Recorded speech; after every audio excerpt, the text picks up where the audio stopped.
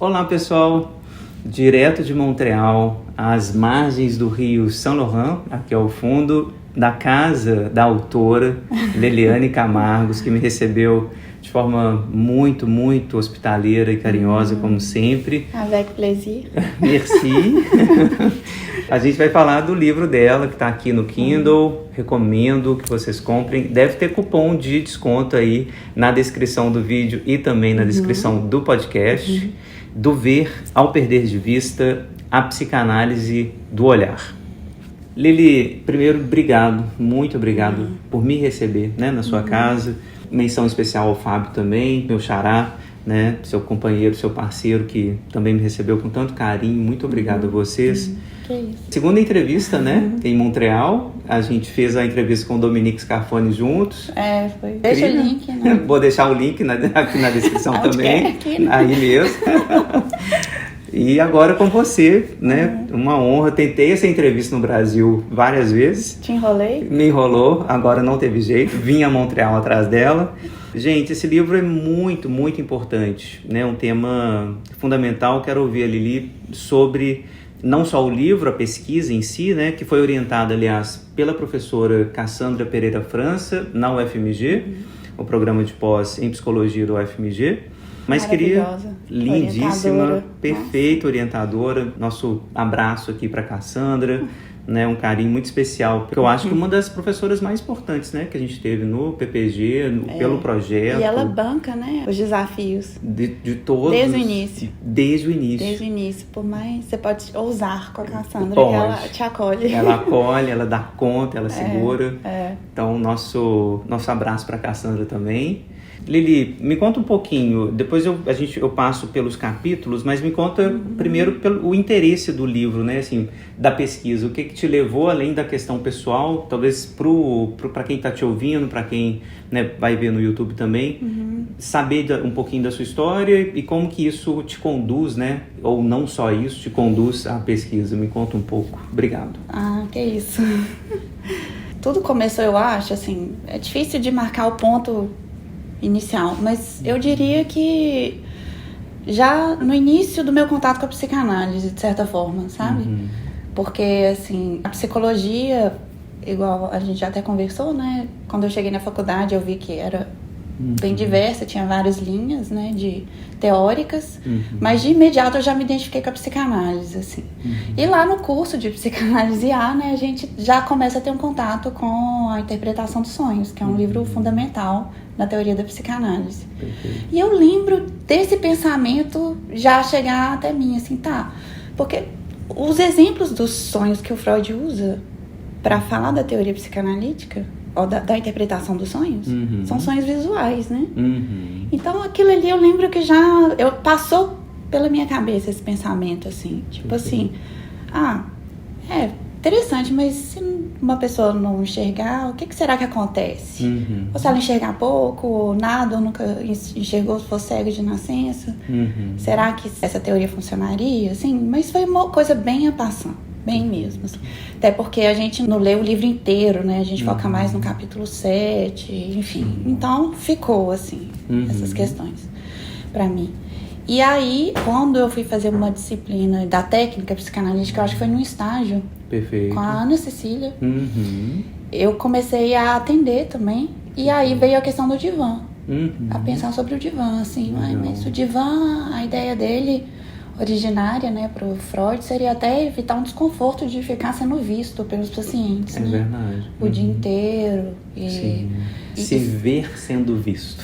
Se ver sendo visto e isso poder inserir questões nessa análise que não viria ao caso, não tinha a ver com o paciente às vezes, né? Assim, uma reação do Freud a uma fala, por exemplo. Perfeito. E aí a questão veio de novo, mas eu, uma pessoa que assim, com baixa visão, né, que eu acho que é uma coisa que eu deixo bem claro no livro e assim, eu posso até já esclarecer para os ouvintes. Eu tenho uma doença na retina, assim, degenerativa, então eu já enxergo muito pouco desde criança, que é progressiva. Então, o divã pra mim também, nesse aspecto de não ver o paciente, não tinha efeito, mas eu continuava sendo vista Perfeito. pelo paciente sem vê-lo. Tá. E aí a questão veio, pá, e aí? O que muda? Muda alguma coisa? Não muda? Perfeito. E tal. E aí eu já tinha em mente, assim, fazer o mestrado, Tá. já tinha essa intenção. E junto com essa questão que eu acho que realmente potencializou o meu interesse de estudo, assim, porque eu também fui percebendo que eram questões que não eram tocadas, assim. Eu até nem me imaginava trabalhando esse tipo de coisa, não, sabe? Porque eu pensava em outras problemáticas também. Sim. Mas como eu via que, assim, por conta da minha experiência, eu tinha muita coisa pra falar, Perfeito. simplesmente porque eu não enxergava e eu pensava sobre isso, sempre eram coisas que me mobilizavam e as pessoas ao meu redor, enfim, várias implicações e desdobramentos. Sim. Eu via que isso acabava que era uma coisa importante, assim, e que traria um conhecimento que poderia contribuir de alguma forma, assim. Então, me mobilizava e eu fui percebendo que era importante, assim, sabe? E aí, foi daí que começou mesmo, e aí eu já fechei o projeto, incluindo, inclusive, a pulsão escópica. Tá. Que aí depois virou uma parte fundamental, assim, Que é o capítulo 2. O capítulo 2, depois foi Perfeito. alvo de outros trabalhos também já depois do livro. Que é a especialização, especificamente, não é? A pulsão escópica? Tá. Teve também alguns artigos, alguns trabalhos, assim, que eu já trabalhei essa. Ótimo. Então, a história do livro, na verdade, foi o resultado do mestrado, né? Sim. Então, eu acho que é isso. Eu acho que as questões, elas foram vindo ao longo do estudo, sabe? Perfeito. Como que a psicologia te marcou também, né? Tipo, o que é o psicanalista que não tá vendo, sendo que, em especial, a teoria dos sonhos coloca o visível, né, no centro da coisa, assim, o tempo inteiro, né? É o sonho visível, o sonho das imagens. A representação é quase sinônimo de imagem. Imagem visual. Não imagem acústica. Isso, exato. Perfeito. Então acaba que virou um sinônimo. Isso. De forma generalizada, assim, por mais que às vezes nem era mencionado mais, assim, no Freud e em outros autores. Sim. Imagem visual. Nem falava mais o visual, a imagem é imagem. Perfeito. Né? E aí por trás disso vem a questão, mas como que uma pessoa cega sonha? Essa é a questão do livro, gente, assim, né? Isso que move. Como é que o cego sonha? Eu já ouvi essa pergunta diversas vezes. Olha só. E aí? E aí? Fala pra gente. Essa pergunta, ela é muito interessante. Vou enrolar um pouco pra responder, pra você vai entender. Perfeito. Porque eu parti primeiro da questão, por que as pessoas perguntam isso? Né? Sim. Você sonha com imagens visuais. Perfeito. Você? Sim. Qual que é o principal estímulo perceptivo? Visual. Então, é tão forte, é tão presente, que acaba sendo confundido com o próprio sonho. Perfeito. Tipo, sonhar é ver imagens visuais, ver coisas. Ver coisas, exatamente. Né? Então, aí vem a pergunta, mas se não tem, então você não vai sonhar? Isso. Não tem jeito. De nascença, por exemplo. Isso. Né? Não tem sonho acústico, não tem sonho tátil. Não tem sonho. Não tem sonho. Não tem sonho. Cego sonha. Sim. Cego sonha. Aí que é que eu te contei que, né, a gente já conversou um pouco sobre isso, assim, que a Rede Globo, super interessante. Sim. Então, cego sonha? Me conta. E aí eu falo assim, mas por que não sonharia? Sim. Aí, forçando essa reflexão, aí você percebe, é mesmo. Sim. É óbvio, né? Porque já entrando mais assim na própria teoria do Freud, a representabilidade em imagens visuais faz parte muito, é um dos elementos importantes da teoria dos sonhos, né? Mas ele restringiu as imagens visuais. Perfeito. Então, uma pessoa que não enxerga ou nunca enxergou, ela não tem como criar essa memória. Tipo assim, o material do sonho, né? Que seriam as lembranças, minêmicas, obviamente. Não tem como você sonhar com uma coisa que você não... Uma percepção que você não vivenciou. Perfeito. Não tem como ser criado, por mais que, vamos dizer, o desejo inconsciente tenha a ver com enxergar. Uhum. Não vai ser vendo imagens visuais que uma pessoa cega vai realizar esse desejo. Perfeito. Exato. Realizar no sentido de percebê-lo ou vivenciá-lo. Perfeito. Eu acho que é até um preconceito capacitista, né? E meio ingênuo, meio estúpido, do sujeito que imagina que a realização de desejo básica do sonho dos cegos é: eu estou vendo. Eu estou vendo imagens quando eu sonho. Um grande parênteses da nossa sociedade é achar que todo mundo que não enxerga quer enxergar. Quer ver.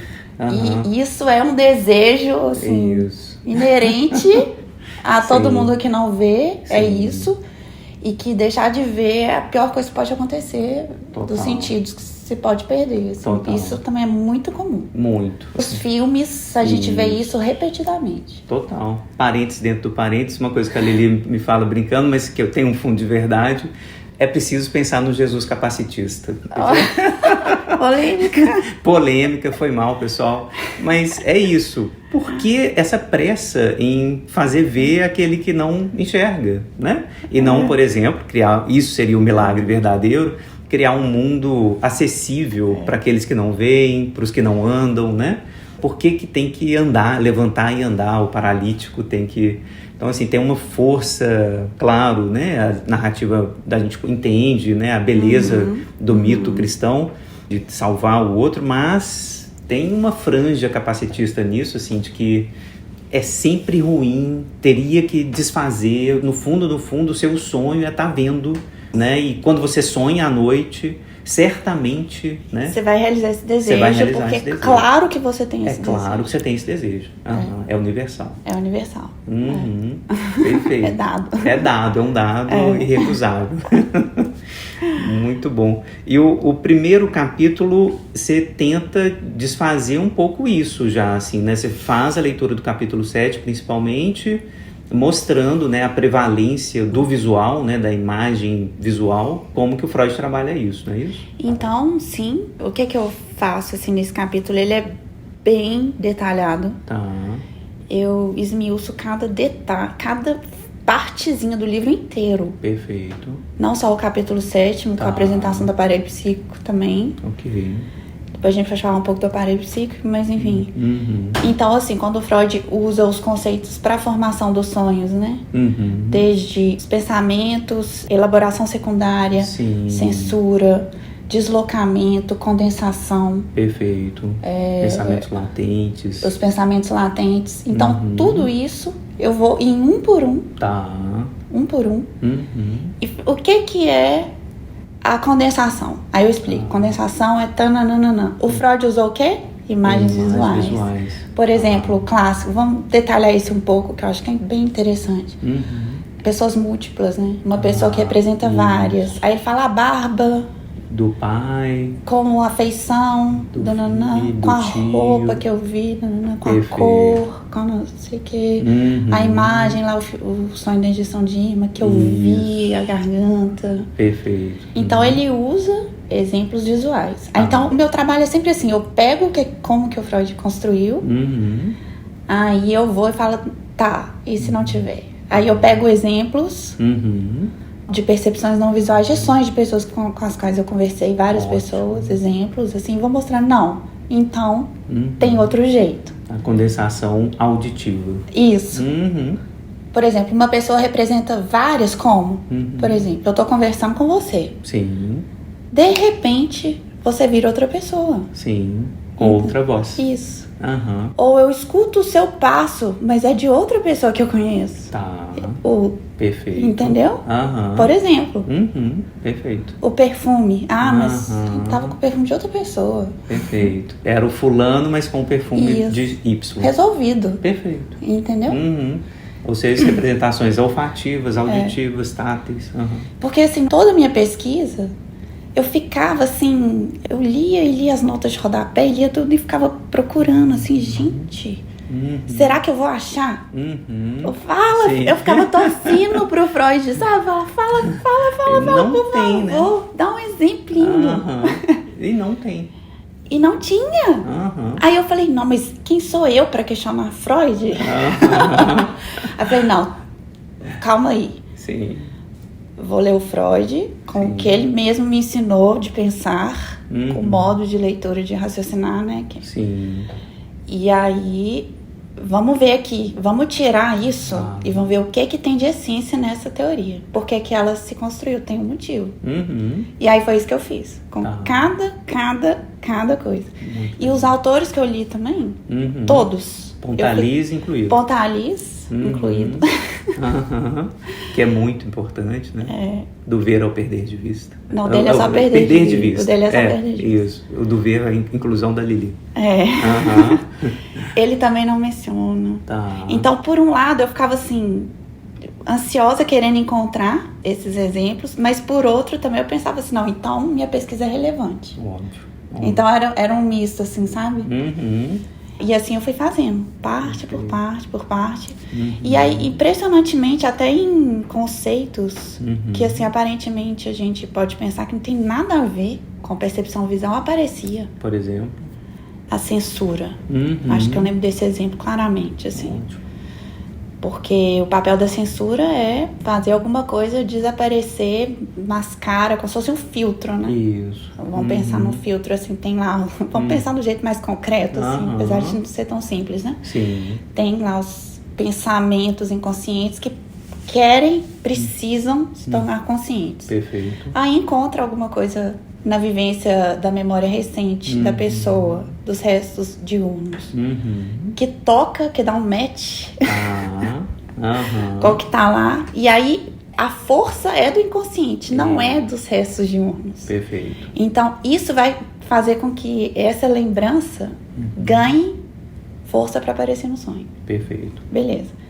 E aí o Freud me dá um exemplo de coisas mais nítidas, vívidas no sonho. Querendo dizer assim, se aparentemente é uma coisa banal, mas ela estava tão nítida, a cor, que mostra assim, ali teve alguma coisa da censura, que tá querendo me esconder alguma coisa. Ficou visível demais. Ficou visível demais. Então, esse tipo de coisa. Perfeito. Apareceu, tem... Sim, perfeito. E o inédito aí, insisto nesse caráter inédito da pesquisa da Lili, é mostrar, por exemplo, que então o mecanismo é esse mesmo, é isso, né? Vai sobressair, mas aí sobressai o tátil, o auditivo, o olfativo. Uma sensação de estranheza. A sensação.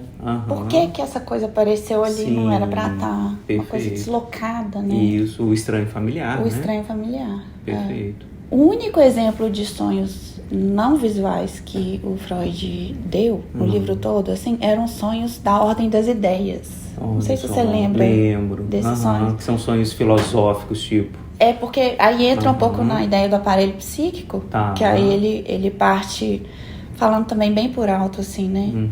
Que o modelo dele também do aparelho psíquico, curiosamente, é um telescópio ou um microscópico. São as lentes, né? São as lentes. Então, são aparelhos ópticos que ele tenta exemplificar o aparelho psíquico, né? Então, ele, voltando, o inconsciente quer se tornar consciente, os pensamentos, encontra alguma coisa ali que atrai. Só que aí, a realização, né, do desejo teria que seguir o aparelho psíquico, a lógica dele, a ordem dele. Bem concreta, seria seguir para a realização motora, a extremidade física e não perceptiva do aparelho, né? Então, assim, vou agir, né? Só que você está dormindo. Se você está dormindo, essa parte do seu corpo está inibida. Então, aí vai ter uma atração da parte perceptiva. Perfeito. É complicado, né? O aparelho psíquico, eu acho uma complicação esse negócio. Como ele tenta tornar tão concreto, né? Sim. Então, aí tem essa atração para percepção. Então, assim, que é uma parte da consciência. Aí, por isso, os sonhos são alucinatórios. Mas aí pode ter aí, nesse meio tempo, uma falha. Essa atração não funciona, raramente não vai lá para atração perceptível. Aí que é o que você... Os pensamentos. É o pensamento. Sonhos filosóficos. Sonhos filosóficos. Conceituais. Só isso. O resto não teve. Não teve. Nada olfativo, né? Não teve. Entendi. Mesmo quando um estímulo. Porque assim, os sonhos eles podem ser estimulados também enquanto você tá dormindo. Então, ele testa muito isso no primeiro capítulo, né? Ele traz autores que fizeram experimentos. Isso. Por exemplo, uma pessoa dormindo, aí você escuta algo no seu meio. Um sinal, um alarme. Aí o que é que isso vira no sonho? Isso. Vira uma sirene, vira o alarme de incêndio. Aí nos sonhos, por exemplo, que ele relata, tem um caso lá que um barulho virou a visão de louças quebrando. Outro virou a visão de não sei o que. Mas... O auditivo vira visual, né? Ele é traduzido no visual. Perfeito. É um imperativo, né? De fato. Primeiro capítulo, então, capítulo bastante longo, vocês vão ver no livro. Eu realmente recomendo que vocês comprem na edição Kindle. Vocês podem também comprar print on demand. Infelizmente, gente, assim como eu, a Lili tem um livro publicado na Amazon, a gente não consegue controlar o preço da impressão do livro na Amazon. Fica mais caro, né? Mas para quem tiver celular, computador, o aplicativo Kindle é gratuito e o livro é muito baratinho, né?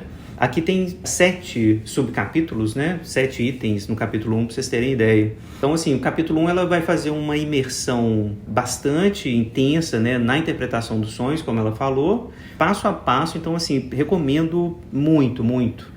No capítulo 2, a gente vai para as implicações do olhar na metapsicologia da pulsão escópica, que foi também tema de outras pesquisas suas.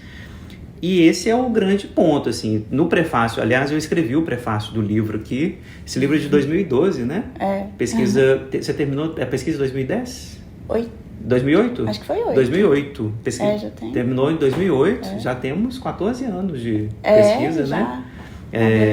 Já tá aí. E tá atual, gente, juro. Tem que ler.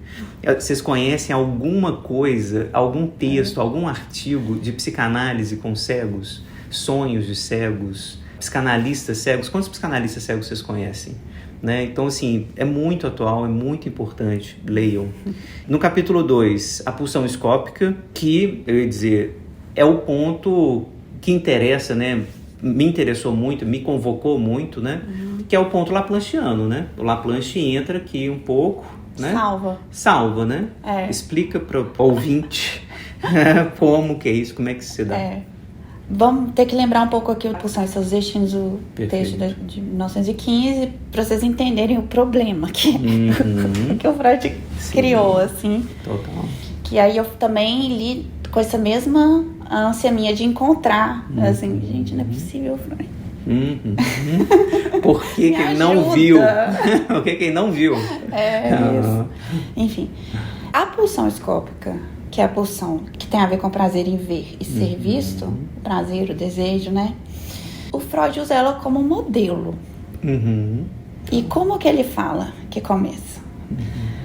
Na primeira fase do desenvolvimento da função escópica, o bebê vê o outro, um objeto externo a ele, ou seja, uma fase ativa. Sim.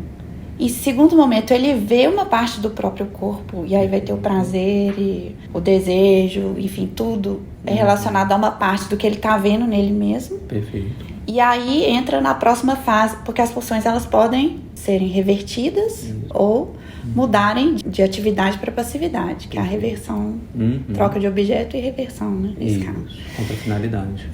Isso. E aí, então, o bebê passa a ter prazer em ser visto pelo outro. Perfeito. Eu acho que já tá claro o problema, né? Isso. Vamos começar do básico. Sim. E se o bebê não enxerga? E se ele... Quebrou a pulsão escópica? Não vai ter pulsão escópica? Não vai ter pulsão escópica? Outra parte do problema. Ninguém nasce sabendo ver. Perfeito. Ninguém. Nem biologicamente. Nem biologicamente, não. É aprendido. É aprendido os mínimos detalhes. Só que a gente não tem consciência disso. Perfeito. De que a gente aprende a entender profundidade, aprende a entender o formato das coisas e entender o que essas coisas são. Perfeito. é aprendido. Aprende a entender que uma coisa tá longe, tá perto, que é um buraco. Isso são coisas aprendidas. Perfeito. Na experiência. E aí foi aí que eu lanço mão do Oliver Sacks, que é um neurologista. Eu precisei de estudar o desenvolvimento mesmo da visão. E aí eu pego o artigo dele, clássico, Ver e Não Ver, que até virou o filme à primeira vista. Legal. Lembra do? É muito bom. Que aí ele conta pra gente também como, porque vou ter que fazer o parênteses do Oliver Sacks, né? Ele pega um caso de um paciente que enxergou pequeno, perdeu a visão por 45 anos, fez uma cirurgia, voltou a enxergar, parênteses, pelo desejo da noiva, que queria que a primeira visão dele fosse o casamento, né? E aí chega o paciente pro Oliver Sacks, o Virgil, enxergando, mas não entendendo nada do que estava vendo, sofrendo, com a vida desestruturada, e então foram pedir ajuda para ele. Perfeito. Esse é o ponto. Esse é o ponto. Ou seja, aí ele desenvolve mostrando pra gente, é um texto super didático, mostrando vários casos, tanto de pessoas como o Virgil, que ele fez um estudo bibliográfico maravilhoso, assim, de casos da medicina, de pessoas que voltaram a ver e não se adequaram. Perfeito, exatamente. E por outro lado, como que a visão é algo aprendido. Perfeito. Ou seja, voltando lá para a pulsão escópica, temos um problema muito complicado. Sim. Se a gente mantiver essa lógica, né? E por outro lado, então, se a pessoa cega não tem pulsão escópica, ela também está no mundo não participando desse mundo escópico. Tem um problema aí. Enfim, aí eu comecei a pensar, não, então vamos inverter. E aí procurei vários autores, fiquei também tentando buscar. Gente, mas como que a gente faz pra resolver isso? Aí foi o Laplanche. Chegamos no Laplanche, que assim, quando eu li a bibliografia, assim, eu falei, gente, é isso. Pronto, resolveu geral. Assim, por quê? O Laplanche considera essa imaturidade biológica. Perfeito. De todo mundo, não só com relação à visão, com relação a tudo. É geral. É geral. Então, assim, não faz sentido você querer considerar que o bebê vê, que ele entende o que ele tá vendo. Então aí a gente resolve esse problema. Porque se o bebê ele é passivo desde o início e ele tem uma imaturidade biológica também desde o início, e aí o inconsciente que existe ali formado, o psiquismo, é do adulto, perfeito, que vai dar sentido para a visão. É o adulto que vai dar sentido, mesmo que o bebê não enxergue.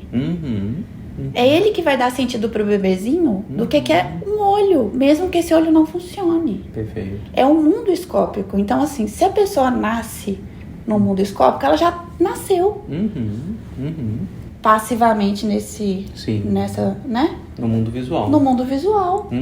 Então, é mais ou menos isso. Total. Um resumo. E isso implicaria, por exemplo, pesquisas tão interessantes, né? Assim, não conheço, eu não sei se você conhece, as diferenças, né? Pensando do ponto de vista laplanchiano, entre bebês que têm pais cegos, bebês cegos com pais cegos, e bebês que não veem, que não podem ver ou veem pouco, com pais que veem, né? O tipo de interação, o tipo de mensagem, né? Para usar a expressão Carol Laplanche, né? Mensagens conscientes ou comprometidas com o inconsciente que vão chegar para a criança. Mas assim, de maneira geral, a hipótese óbvia aqui é: os pais vão apresentar o visível, são eles que dão a ver, né? Isso. Eles sinalizam isso, né?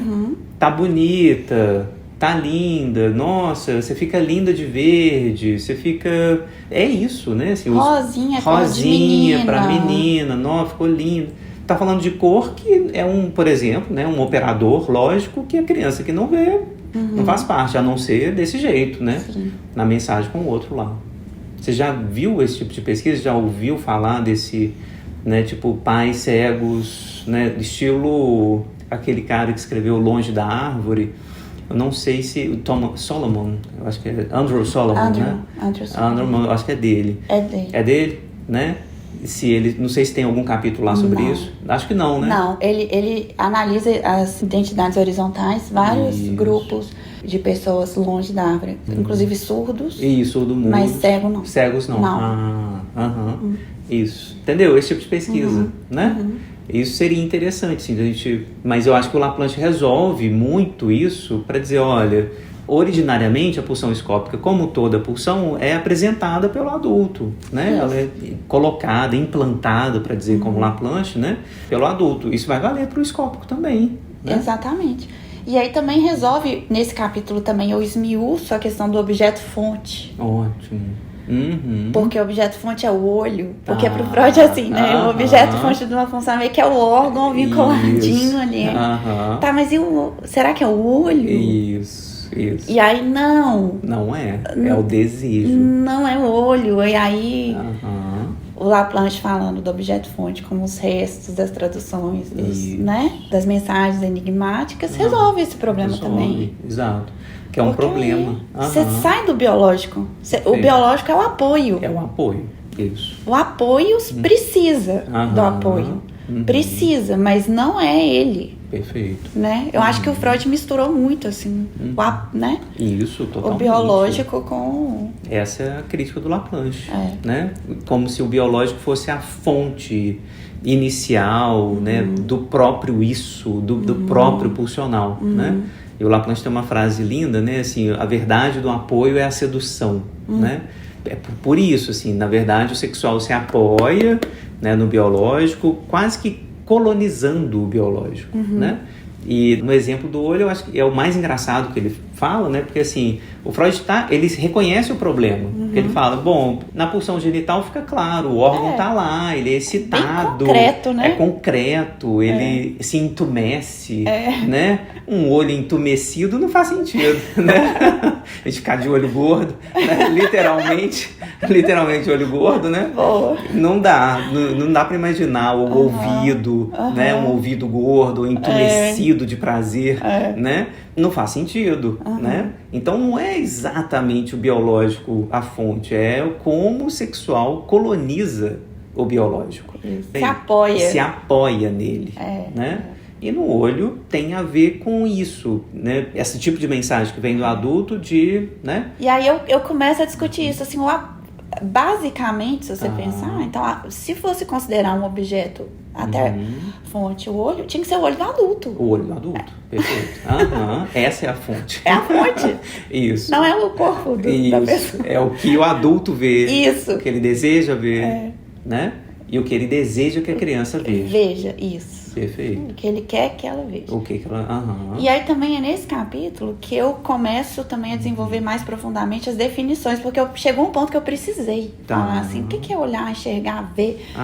Ótimo. Porque, primeiro, os verbos relacionados a enxergar, ver, a gente usa o tempo todo com relação a todos os sentidos, né? Você tá vendo o que você fez? Sim, no sentido de entender, compreender. Isso, você tá enxergando tal problema? Você viu esse cheiro? Sim. A gente sempre usa os verbos relacionados à visão, né? Perfeito. E aí eu falei, não, eu tive que criar uma distinção, assim. Então eu comecei a colocar, assim, tipo, ver, até para facilitar a minha explicação, né? O ver como algo relacionado mesmo ao olho, ao enxergar do olho, né? O olhar como o jeito como você se conecta ao mundo, percebe o mundo de forma ampliada. Não só pelo olho, mas por todos os outros sentidos. E aí o olhar do inconsciente. Que aí eu não falei ver, virou olhar do inconsciente pra mim, olhar e ver. Então assim, ver, olhar mais algo amplo e olhar do inconsciente. Então aí eu usei muito boa. Essas definições para poder facilitar a explicação, porque era toda hora ver, olhar, enxergar para tudo quanto é lado. Total. Essas lições são importantes. Em português a gente tem pelo menos esses 3 verbos, né? Ver, olhar e enxergar. E você coloca o ver, então, como essa base biológica, né? Quase que base mesmo, né? Ali, no suposto campo autoconservativo, praticamente, né? Quase ali. Quase ali, porque nunca é só ali. Nunca é só ali, né? E o olhar, essa contaminação sexual, né? Do ver aí, né? Contaminado, né? Pelo olhar já do outro. E o olhar do inconsciente. E sobre esse olhar do inconsciente, o que você fala? O que é exatamente isso? Esse terceiro campo? Seria, por exemplo, assim, uma pessoa que não enxerga, ela não vê. Ok. Ela olha no sentido de perceber o mundo. É porque o olhar ainda não está vinculado aos desejos. É o olhar da pulsão escópica, que é o olhar do inconsciente que eu chamei, entendeu? Então perfeito. É como se fosse isso, assim, o olhar vinculado à pulsão escópica. Perfeito. Entendeu? Sim. Então, assim, é porque na prática, quem não enxerga, olha as coisas por conta desse problema mesmo da nossa língua, igual eu falei, com todos os outros sentidos. Ok. Então, assim, de repente, você não tá vendo isso? Não. De fato, ver, não. Mas eu acabo olhando, me conectando ao mundo por todos os outros sentidos. Perfeito. Agora, quando a gente vai falar da pulsão, aí o olhar do inconsciente, é nesse sentido. Perfeito. É como se as pessoas que não veem biologicamente... elas... olhassem e de fato participassem do campo do olhar. Isso. Né? Porque elas estão inseridas no mundo escópico. Escópico. Funcional escópico. Exatamente. Cuja prioridade, primazia, quase ditadura é do escópico. É do escópico. É do escópico, é do olhar. Isso. Perfeito. Inclusive sobre isso também eu destaco assim, em alguns momentos, porque em nenhum momento eu não considero errado isso. Porque às vezes dá a impressão, né? Você não, então é demais, não tinha que ser. Mas é assim, também isso é natural, é evolutivo. Porque dos sentidos, o jeito que o ser humano evoluiu, a visão é o mais prático, né? É o que te dá mais informação, é o que resolve a questão. Então, por exemplo, se você chega num ambiente, se você consegue ver, você já vê ele inteiro. Agora, tenta identificar como é um ambiente sem a visão. O que você vai ter que coletar de informação ali? Total. O tamanho, qual que é o tamanho de onde você tá, o que tem lá dentro, é perigoso, não é? Sim. Entendeu? Então, assim, qual o tamanho desse prédio? Pensa nisso. Sim, total. Você não consegue saber, a não ser que o formato. Então, ver é algo evolutivamente... faz sentido ser assim. Ter essa prioridade toda, faz sentido. Mas ela traz implicações. Esse é meu ponto. Perfeito. E quais são essas implicações? E esse excesso pode atrapalhar, que é o que eu acho que é, né, no fundo, o que eu digo no meu livro todo e em outros trabalhos. Isso às vezes te cega.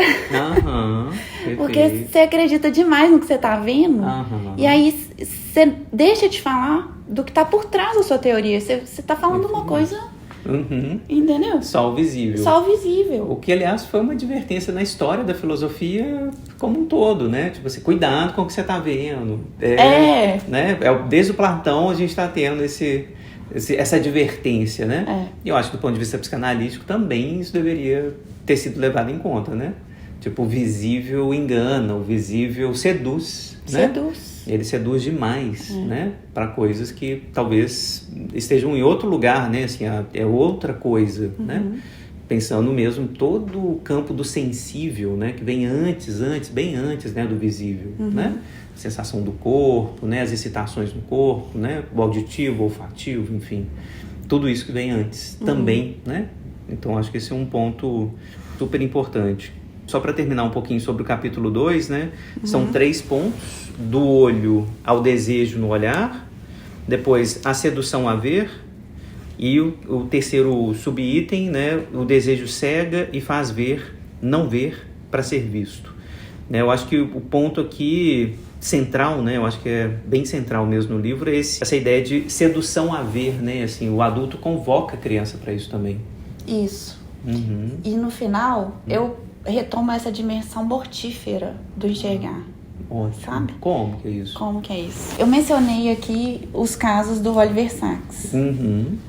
De pessoas que não se adaptaram a ver. Sim. Ao voltar a enxergar. Porque o senso comum, os filmes, tudo, igual a gente conversou, dizem: você não enxerga, você tem que ver. É isso que você quer. É o seu maior desejo. É isso que os médicos acham, inclusive, né? Os oftalmologistas sempre, né? Eu preciso curar esse olho. Sim. É isso, se eu não fizer isso, eu fracassei, né? E o Oliver Sacks, ele conta vários casos dessa inadequação, inclusive de pessoas que chegaram a morrer, a se matarem, entendeu? Por uma, assim, pro Virgil voltar a ver foi horrível. Perfeito. o caso clínico. Só que o próprio Oliver Sacks, ele falou assim, vários casos deu errado, mas ele não inclui o paciente dele, sabe? Sim. Como sendo desses casos, Sim. dessa dimensão, que pode ser inclusive mortífero. Mortífero, total. Entendeu? De você obrigar alguém a se adequar a uma percepção que ela não estava preparada para isso. Muito importante, muito. Sabe? Mais uma vez, né, a leitura do mito tem que ser lido, né, com muita cautela, muita prudência. Não é tão simples assim, né? Porque do ponto de vista biológico, né, essa função não se sustenta sozinha. Não, consertou a retina, né, consertou o cérebro ali nesse lugar. Resolveu, vai ver. É isso. Né, como se a gente não fizesse aprendizagem da visão, né, de profundidade, né, de cor, enfim, por anos, né, de desenvolvimento né, social, neurobiológico. A gente estava conversando sobre a Lua. Perfeito. Não foi? Exatamente. Conta essa. Tem um podcast que eu tô ouvindo, achei genial, vou colocar o link, 20 mil léguas, conta a história do Galileu, e na época o visível da Lua era branquinha como Virgem Maria. Então as pessoas viam a Lua virginal, branca, sem impurezas. É engraçado que hoje, quando a gente olha, né, para o astro, a gente vê aquelas marcas e já interpreta. Montanhas, crateras, a gente vê que ela é impura, num certo sentido. Mas antes de Galileu, as pessoas não viam, apesar da mesma Lua estar lá em cima, né, com aquelas marcas. Mas a imagem dela era absolutamente pura e cristalina, né? Foi um dos motivos, aliás, que o Galileu foi rechaçado pela igreja, mais um problema, né? Então, esse é um ótimo exemplo, aliás, né? Assim, de que o visível não é o que está lá, mas é o que é apresentado pelo adulto antes. Se o adulto disse, você vai ver aquilo ali como purinho, branquinho, virginal, a criança, né? E a humanidade toda vai ver aquilo daquele jeito. E é difícil dizer, o rei está nu. Né? E de fato, né, quebrar esse campo do visível, né? Desse olhar, apresentar alguma coisa do olhar para quebrar algo, né, desse campo do ver, né? Lili, finalmente, capítulo 3, algumas considerações sobre a psicanálise do olhar, no qual esse capítulo você vai falar um pouquinho do divã, a gente já comentou um pouco, né? E vai comentar o Édipo, o Homem de Areia, a Cegueira Branca, que é o Saramago, né? Você vai pegar um pouquinho. Fala um pouquinho desse capítulo, como é que é essa psicanálise do olhar? Tá. Então, ele trata de vários temas, assim, rapidinho. O que eu foco bastante é a parte do divã, né? Que até de onde, assim, vamos dizer, o ponto de partida da pesquisa. E aí, assim, a conclusão, né, resumindo, o divã realmente é um instrumento que retira a percepção visual, assim, um do outro, da cena analítica, né? Se uma pessoa não enxerga, o analista não enxerga, o paciente ir pro divã é ótimo. Sim. Porque aí é como se, assim, no sentido desse alívio, se a gente pensar nesse alívio que o Freud sentia, né? Perfeito. Aí, nesse caso, equilibra as coisas no sentido de ninguém tá vendo, um não tá vendo o outro mais. Se o paciente não enxerga, aí você pode pensar, não precisa do divã. Ele tá no divã desde o início. Se o ponto é o visual, isso, né? É o analista ser visto, né? Se o ponto é esse. É esse. E não é. E não é. E não é. Perfeito. Porque ele não vê o analista, mas o analista vê ele. E aí? Perfeito. Cada caso é um caso, a gente sabe, né? Que não tem como generalizar, mas assim, isso aí você também elimina. Perfeito. Né? Então também equilibra nesse sentido. Essa coisa da percepção visual. Aliás, nem equilibra. Nesse caso, porque se a pessoa está mais acostumada é natural desenvolver, ter uma migração neuronal, assim, um treinamento dos outros sentidos, se você não enxerga. Claro. Fica mais aguçado. Não é superpoder, gente. Só fica mais aguçado. Fica mais treinado. Mas né? treinado, exatamente. Então, migração não é isso, funciona. Realmente acontece. Sim, Darwin dava certo. Então, o paciente tem a percepção mais aguçada da audição, de tudo, do ambiente com relação ao analista. Perfeito. É isso, assim. Maravilha. E essa história do Édipo e a castração, né? Enquanto a perda da visão, a cegueira como metáfora da castração, isso não é muito capacitista por parte da psicanálise, não, assim, porque eu acho que tem essa coisa exagerada, né? De perder o olho, castração. Acabou. Né? Acabou, exatamente, isso. Né? O Édipo, para se punir, o que ele fez? Pune e tira o olho. A maior das punições. O que ele escolheu fazer? Isso. Ele se cegou. Ele não furou os ouvidos, Isso. Né? Ele furou o olho. É pior do que morrer. É pior que morrer. Ele não cortou a língua, Isso. Né? Ele podia ter... Ele não cortou o pênis. Não cortou o próprio pênis, exatamente. Né? Por onde ele pecou. Por onde ele pecou. Exatamente. E E aí? Como interpretar? Pois é. Aí eu questiono isso, assim, essa correlação. Que aí ela se apresenta, as referências, se apresenta também em sonhos, né? E aí eu acho que tá conectado a tudo isso que a gente tá falando, assim, Perfeito. da potência do visual no nosso mundo. Ótimo. É pulsional. É pulsional. É porque é muito mesmo. É o esforço escópico do adulto, ou do mundo, né? Assim, da humanidade, dando primazia ao olhar. Né? E a gente vê desdobramentos disso hoje nas questões relacionadas, por exemplo, a evitar. A gente pode desdobrar em várias coisas. O envelhecimento. Perfeito. Porque quando você faz uma plástica, faz um procedimento no seu rosto, o que ali que você tá fazendo? Você tá mudando, é só visual, imagem, o que as pessoas vão te ver. O estético visual. Não tem nenhuma função adaptativa, de fato. Você só tá, por exemplo. É um ótimo exemplo. Quanto que a gente é massacrado, em especial as mulheres, óbvio, né? Assim, da visualidade do corpo, né? Se tá gordo, se não tá, se tá, né? Enfim, é impressionante, assim, o cabelo, né? Como a gente é cobrado por isso. O tempo todo. O tempo inteiro. Então, eu pincelo essas questões, eu acabo que algumas delas eu desenvolvi mais em outros trabalhos, por exemplo, com relação à censura e o livro do Saramago, que eu amo, o Ensaio sobre a Cegueira. Perfeito. Porque, para dar uma pincelada também. Se você reparar, primeiro, vou dar um passo atrás, o Saramago sacou como que a percepção visual é o sentido que estrutura, se for falar dos sentidos, a sociedade. Porque assim, você pode tirar qualquer outro sentido, mas tira a visão, o que acontece? Destrói. Caos. Caos, imediato. Não dura nem um dia, Fábio, você pensa? Total. Você não tem um dia de possibilidade, por quê? Sim. Para tudo, o mundo para. E é isso que o Saramago faz, né? Perfeito. É muito importante. Aliás, parênteses, se vocês estiverem em Montreal algum dia, vão ao restaurante Au Noir. A Lili me levou para ter uma experiência empática, né? É um restaurante no qual vocês comem em breu absoluto, né? Absoluto. E vocês podem escolher não saber do cardápio de antemão e ter um cardápio surpresa. E vocês vão ter uma experiência empática real do que é isso que o Saramago está colocando, né? Faça a experiência em casa, vale a pena uma venda de verdade. Sem roubar. Tudo escuro, máximo de escuridão, coloca a venda. Antes de sentar na mesa. Pede para alguém servir surpresa e tentem comer, que é a coisa mais básica que a gente faz. Sentadinho, alguém te leva inclusive pode te levar na cadeira. Isso. Façam essa experiência empática e me digam o que vocês acham, o que acontece de fato. Né? Foi ótimo, né? Uma experiência assim, importantíssima. E o Saramago dá conta disso, assim, o que aconteceria. Todo mundo ele tá voltado, organizado a partir do visível, né?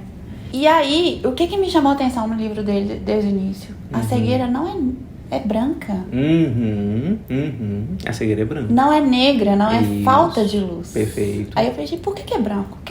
Quando que alguém fica cego de forma branca? Não é quando falta luz, é quando tem demais. Perfeito. Entendeu? A minha interpretação? Perfeito. É muita luz. É o excesso. É o excesso. Ou seja, é quando... Aí, né, que eu brinco assim com essa coisa da censura. É quando você vê demais. Perfeito. É quando a censura não funciona. É quando passa da conta. E você não dá conta de simbolizar. Ótimo, excelente. Num certo sentido é o contrário, né, da imagem que a gente tem, né? É aquela tela preta, a faixa preta por cima do escrito, né? Às vezes é algo que está visível demais, né, que cega. Que cega, que você não consegue elaborar. Sim.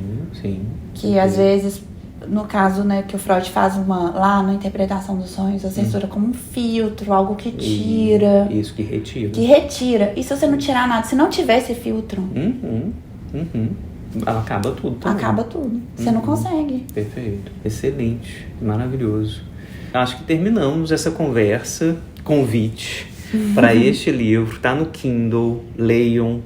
Do Ver ao Perder de Vista. Psicanálise do Olhar. Editado pela Kindle. Lá na Kindle. Vocês vão achar esse livro tanto em e-book, mais fácil, né? Ou print on demand pela Amazon também. Livro de 2012, pesquisa orientada pela professora Cassandra Pereira França, no PPG da UFMG. Vamos lembrar que a gente está num canal aqui, que é um projeto de extensão dessa mesma universidade, a Universidade Federal de Minas Gerais, universidade pública, gratuita e de qualidade. E esse projeto de extensão tem como objetivo publicar, né, dar visibilidade, né, dar auditibilidade, né, dar auditibilidade a pesquisas como essa da Liliane Camargos, que é assim, além de inédita, né, eu nunca tinha visto falar. A Lili foi minha aluna lá pelos idos de 2000. Né? Foi sua primeira turma. Minha primeira turma como professor efetivo, né? Professor substituto ainda na UFMG. Você nem tinha formado, né? Nem tinha formado. E estava dando aula no UFMG. E a Lili me deu essa experiência maravilhosa, por exemplo, de ter que me haver com o que eu escrevia no quadro. Eu não podia dar a mesma aula, né? Era outra experiência, né? Então, assim, além da pesquisa absolutamente inédita, né? Eu lembro de ter pesquisado, né? A gente ter conversado muito durante a pesquisa. A parte do Laplanche você me ajudou bastante. Né? A gente conversou muito sobre Laplanche. Assim, não tem, gente. Não tem. Hoje talvez tenha mudado um pouquinho, né? Eu acho que tem mais recursos, mas assim, não tem. Então, leiam, acho que vale a pena, né? A gente abrir o campo. Isso abre, evidentemente, o campo para toda a psicanálise e as incidências do capacitismo, né? Surdez, amudez, enfim, tudo, né? Tudo que envolve, né, essas possíveis deficiências, né, e as implicações disso para a clínica e para a metapsicologia, né? Então, queria te agradecer mais uma vez. Eu só estou fazendo inveja aqui para quem pode olhar o vídeo e efetivamente ver as margens do Saint Laurent, tá? Para quem, né, tá vendo, essa é a imagem que eu fiquei aqui essa semana em Montreal. Então, mais uma vez, muito obrigado pela recepção, pelo carinho, pela entrevista, por tudo. Eu te agradeço, Fábio. Merci. Assim, amigo do coração. E merci beaucoup. Bom, sempre amei nossas conversas. Acho que sempre cresci muito com elas. E espero que a gente continue conversando assim. Assim será. Agora virtualmente, porque ela mora só a 10 mil quilômetros de distância agora. Mas a gente vai sempre voltar para Montreal. Isso. Né? Esse é o objetivo. E vamos conversar online também. Deixem suas perguntas, questões para a Lili. Ela é muito disponível pelo e-mail. Vou passando para ela. A gente vai conversando caso queiram. Tanto no podcast quanto no YouTube. Deixem as questões, curtam, compartilhem, né? Divulguem esse vídeo, é uma pesquisa muito importante. Então peço sua contribuição de vocês. Muito obrigado e até a próxima. Obrigado, Lili. Valeu.